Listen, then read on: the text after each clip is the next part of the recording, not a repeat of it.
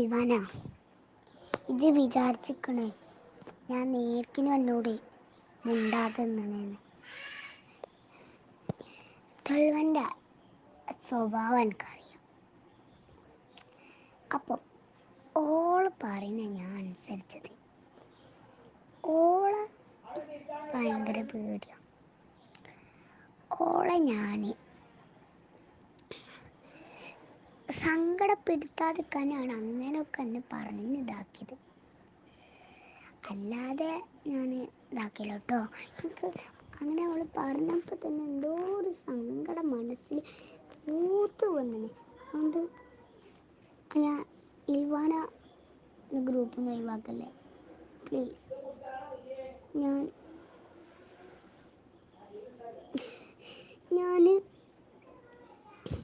അവളോട് മുണ്ടും, പക്ഷെ എനിക്ക് എന്നോട് മുണ്ടാതിരിക്കാൻ പറ്റും.